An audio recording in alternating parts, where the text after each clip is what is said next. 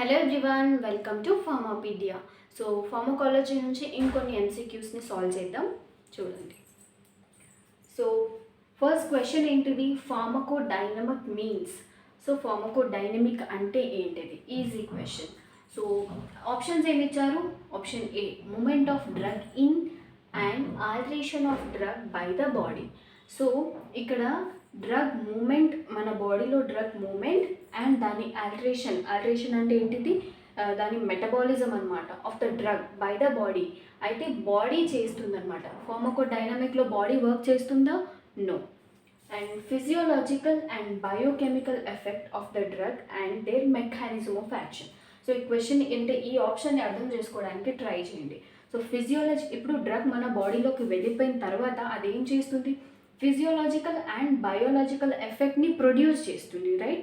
అదేంటి, మనం డ్రగ్ తీసుకున్నప్పుడు దాన్ని మెకానిజం ఆఫ్ యాక్షన్లోనే ఉంటుంది కదా. Mechanism of action, biochemical and physiological ఎఫెక్ట్ని డ్రగ్ ప్రొడ్యూస్ చేస్తుంది. అంటే ఇక్కడ ఎవరు వర్క్ చేస్తున్నారు? డ్రగ్ వర్క్ చేస్తుంది.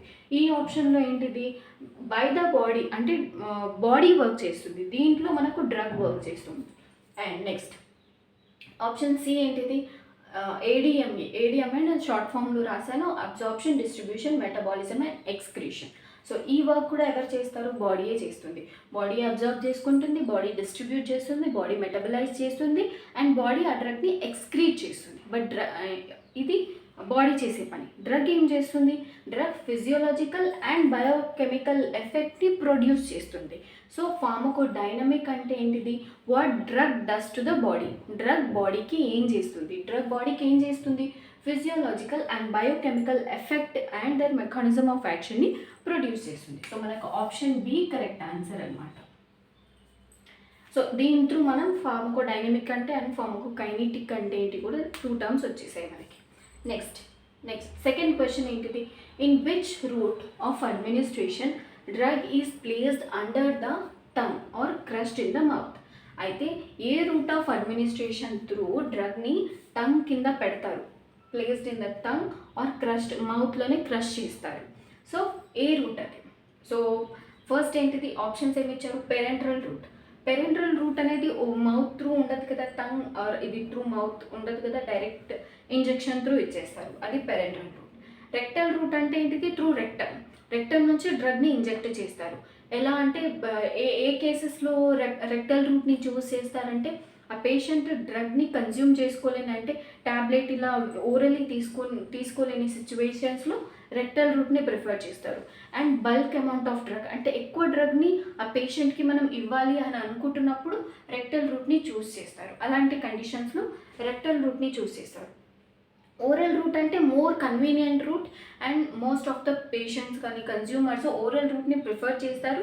ఎందుకంటే మోర్ కన్వీనియంట్గా ఉంటుంది అండ్ ఈజియెస్ట్ వే అనమాట. కానీ ఇక్కడ ఏంటిది?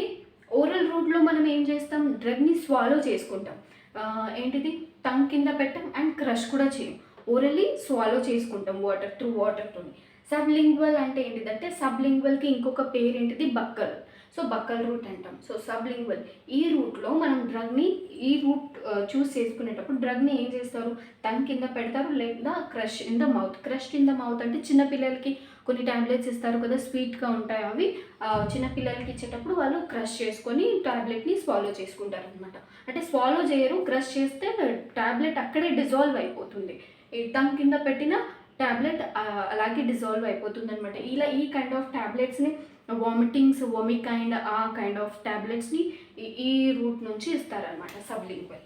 The correct option is sublingual. Next ఏంటిది? థర్డ్ క్వశ్చన్ ఏంటిది?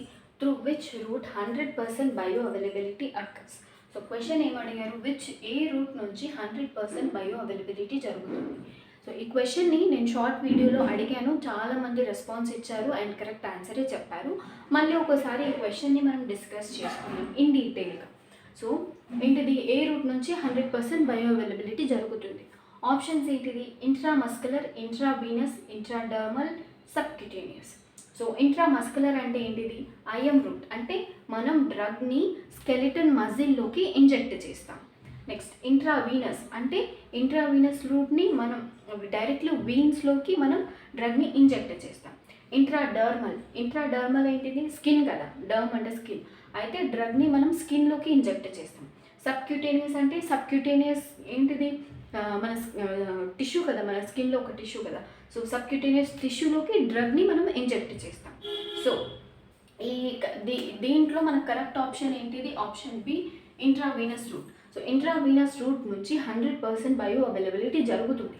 ఎందుకు జరుగుతుంది ఇంట్రావీనస్ నుంచి అంటే, మనం బ్లడ్ని డైరెక్ట్లీ వీన్స్లోకి అంటే డైరెక్ట్లీ బ్లడ్ స్ట్రీమ్లోకి ఇచ్చేస్తున్నాం అనమాట డ్రగ్ని.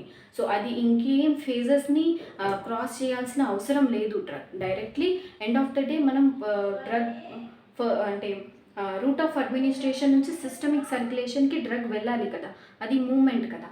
సో డ్రగ్ని మనం ఏం చేస్తున్నాం? డైరెక్ట్లీ సిస్టమిక్ సర్క్యులేషన్లోకి ఇచ్చేస్తున్నాం. సో ఇంకేం రూట్స్ అంటే ఇంకేం ఫేసెస్ అది క్రాస్ చేయాల్సిన అవసరం లేదు కాబట్టి 100% బయో అవైలబిలిటీ ఉంటుందన్నమాట. సో ఈ రూట్ని మనం ఎప్పుడు చూస్ చేసుకుంటాము ఐవీ రూట్ని అంటే, ఎమర్జెన్సీ సిచ్యువేషన్స్లో. సో పేషెంట్కి ఏదైనా ఎమర్జెన్సీ ఉంది అండ్ యాక్షన్ ఇమ్మీడియట్గా రావాలి అంటే, అలాంటి కండిషన్స్లో మనం ఇంట్రావీనస్ రూట్ని మనం చూస్ చేసుకుంటాం అనమాట. సో ఐ హోప్ ఈ క్వశ్చన్స్ కూడా మీకు యూస్ఫుల్ అయ్యాయి అండ్ చాలా టర్మ్స్ని మీరు నేర్చుకున్నారని నేను అనుకుంటున్నాను. మీకు యూస్ఫుల్ అయితే మీ ఫ్రెండ్స్కి కూడా షేర్ చేయండి అండ్ ఈ ఛానల్ని సబ్స్క్రైబ్ చేయండి, లైక్ చేయండి, కమెంట్ చేయండి. అండ్ లాస్ట్లీ ఒక మాట, ఎంత నేర్చుకున్నాం అనేది కాదు, ఎంత ఎఫిషియెంట్గా నేర్చుకున్నాం అనేది ఇంపార్టెంట్. Thank you.